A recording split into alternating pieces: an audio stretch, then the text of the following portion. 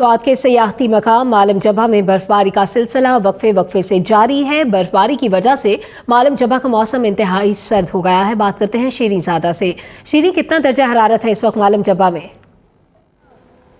जी, मालम जबा में बर्फबारी का सिलसिला वक्फे से जारी है, जहां सयाह बर्फबारी के साथ साथ यहाँ स्की से भी लुत्फ़अंदोज़ हो रही है। मैं थोड़ा सा मालम जबा का मंजर आपको दिखाऊं। आप देख सकते हैं चेयर लिफ्ट रवां दवा है, इसके साथ साथ पहाड़ों ने, पौधों ने, दरख्तों ने, हर चीज़ ने सफ़ेद चादर उड़ ली है और सयाह काफ़ी खुश दिखाई देते हैं। उनका ये कहना है कि ऐसे मौसम यहाँ पर मिलना इंतहाई खुशी की बात है, वो इंजॉय भी करते हैं। महकमा मौसमियात का यही कहना है कि आइंदा 24 घंटे स्वात के बालाई इलाकों में बर्फबारी और शहरी इलाकों में बारिश का सिलसिला वक्फे से जारी रहेगा। मौसम इंतहाई सर्द है। सर्दी से बचने के लिए गर्म कपड़े, गर्म जूते, गर्म खाने का इस्तेमाल ज़रूरी है ताकि आपको सर्दी न लगे। जी, प्रिया शीरीन ज़ादा। इस्लामाबाद में रात भर बारिश होती रही।